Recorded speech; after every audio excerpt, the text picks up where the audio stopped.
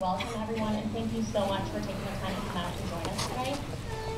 In just a moment, I'm going to turn the mic over to Carly Weber, the features editor of the Gazette, who will get things rolling with the event. But first, I have a few thank yous and a couple notes that I wanted to go over. I'll be quick, I promise. We are beyond honored to have Medal of Honor recipient Sal Giunta here with us this evening, and we cannot thank him enough for taking the time to travel here to spend this evening with us. And I know that you all feel the same way. And we do thank his friends and families that are here to support him tonight as well. I would like to thank all of the men and women that are serving and have served in our military. You are all amazing. And in talking to Sal, I don't think he'll mind me sharing his title of hero with all of you tonight. I think you all are heroes, so thank you for that.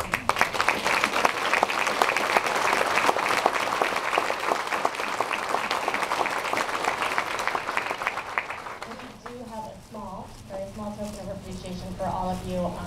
After the event, on your way out, if you can stop at the customer service desk, we just have a little small thank you for all of you that have served, so thank you. I do want to thank the Cedar Rapids Gazette. They've been a fantastic partner in making this event happen tonight and making it a success, so thank you very much to them. Thank you to Baresh Events, who donated the chairs so that at least a small portion of us this evening can have a comfortable seat while we listen to Sal speak. I want to thank the staff here at Barnes Nobel that has worked so hard to get everything ready for tonight. They've worked like crazy and they've put up with me the whole time, and that is not an easy task. So I do personally want to thank all of them as well. I think that most of you should have little instruction sheets that give you some idea as to how things are going to run tonight, but I just want to reiterate a couple things. The first thing being that when Sal is done speaking tonight, we don't want to just try to mob him up at the signing table. We're going to get him up there and situated, and then we are going to be calling you in groups based on the number on the tickets that you received. We can call this over the intercom, so if you can sense that your number is going to be a while, feel free to walk around or go get a cup of coffee or whatever it might be, but you're not tied to one spot while you wait. We will make sure you get your spot in line. We do want to make sure everyone gets a chance to get their books signed. There is a chance at this point we'll run out of books, and Sal has graciously offered to sign some labels if that does happen that you can put in a book that will arrive soon, hopefully.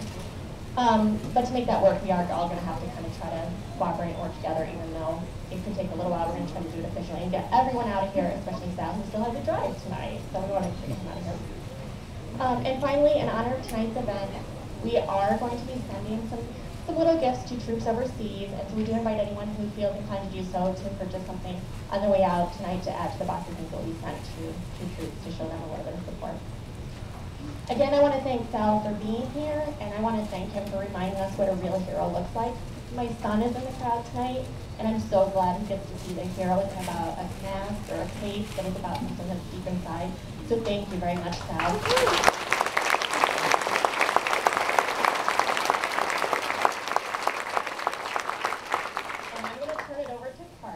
Carly Weber of the Gazette. Thanks, Carly.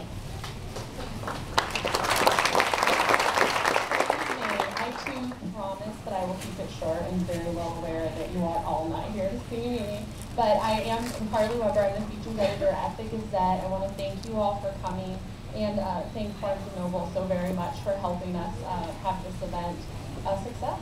I just met Sal tonight, literally like 5 seconds ago with a handshake. So, but I think like many of you, after all the news coverage, after he received his Medal of Honor, feel like I know him. I think it's fair to say we're all very proud of our hometown boy, and now equally proud of his memoir, which is a first for him, a first book, and it's a first for us. We've just launched our Gazette book club, and we're reading his memoir as our inaugural book. So I do hope you'll join us in reading his book along with us, and join us for future events tied to it.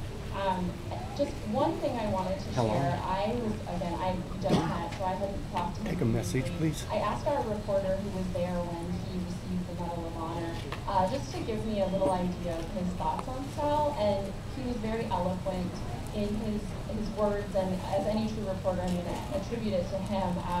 This comes from Orlin Love, one of the Gazette reporters, and I just want to read to you what he wrote. He said, "It's safe to say that Sal Giunta, an everyday soldier from Hiawatha, did more to burnish the image of America's military personnel than all the generals in the Pentagon, not only through his skill and courage on the battlefield, but also through his sincere insistence at numerous high-profile public occasions, up to and including his Medal of Honor recognition at the White House, that he was not in the least exceptional, that what he did to save this platoon from a deadly Taliban ambush was exactly what any soldier would have done under the same circumstances. So welcome.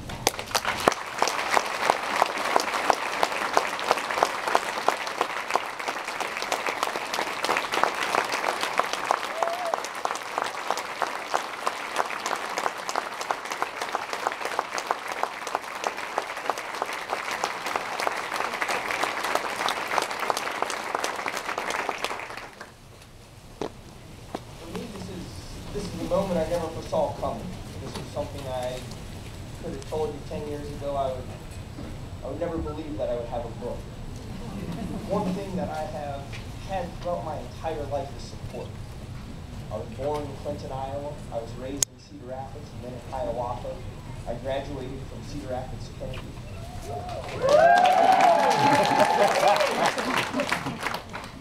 One thing for me is that I have never been alone. No matter what I've done, I've had people there to help me say, hey, Sal, you know, not the right thing, try this. Or, hey, Sal, good job, keep it up, pat on the back. Whatever it was, I've always had someone there with me. We are all products of our environment. I'm 27 years old now. In the first 18 years of my life, this was my environment. I'm a product of this environment of good people, of wholesome people, of caring people. People who will look you in the eye and truly ask you, how are you doing, and they expect a response. It's not just a comment of the day. I want to say thank you for all showing up. I talked to my wife this morning in Colorado. I was like, it's going to be awkward if I go there.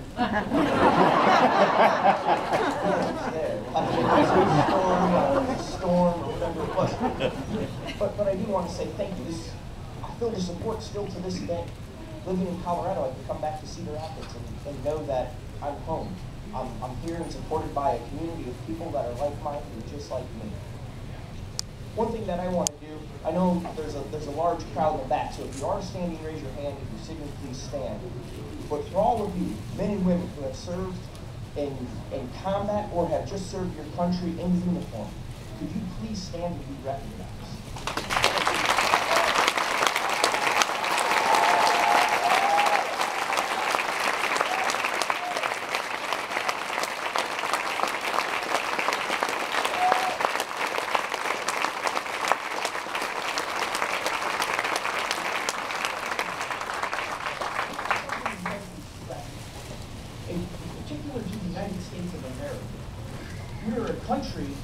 Thank you for standing.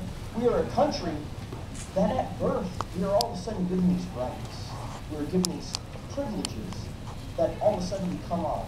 That should cost, it seems, an arm and a leg, but they don't cost us anything. We're lucky enough to be born in America, to be born in a free country, a caring country. These things did not come freely. They did not come cheap. They were paid with an arm and a leg, and the blood, sweat, and tears from many people before us. When you join the military, you write this blank check to the government for up to and including your own life. All those people that raised their hand, all those people that stood up, have stood for that, have given their life to this country, saying, whatever it takes, I believe in America. I believe in what we have being the best, and I'm not going to let it go on my watch. That's something very particular to the United States of America. There's a lot of countries around the world that have huge militaries.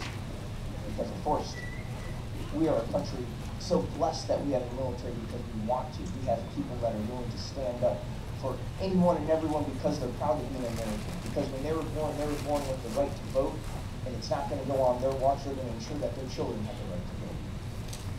I am merely an average man. I'm merely simple. I followed what I thought was right. I've learned from leaders who are willing to say, hey, follow me, this is how we're going to do it, and if you're going to do it when I'm not here, do it this way. I've been very privileged in almost every aspect of life that I've been able to travel through. And now coming back and being able to see the faces, the people that have supported me, the people, why we fight, why we defend what we do is incredible. To see the men and women who have served and put the footsteps in the sand for us to follow. No one's inventing the wheel when we go to combat. We only do what we did because we believe in it. The people who did it before us, and we're going to do it, and we're going to make sure those after us continue to maintain those standards.